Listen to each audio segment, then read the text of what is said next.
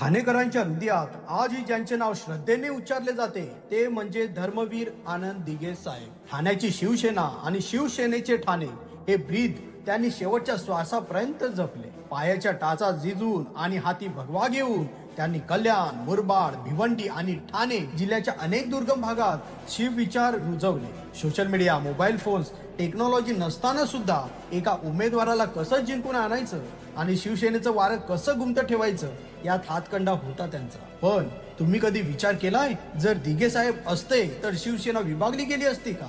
आणि जर विभागली गेली असती तर ते कोणत्या गटात गेले असते? मंत्रिमंडळावर त्याचा परिणाम दिसला असता का?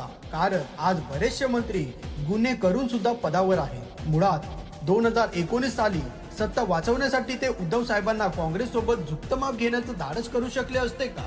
ठाण्यातील अनेक मातब्बर नेते आज कोणत्या राजकीय पदावर असू शकले असते? कोणाचं पुनर्वसन झालं असतं किंवा कोणी पक्षच सोडला असता का?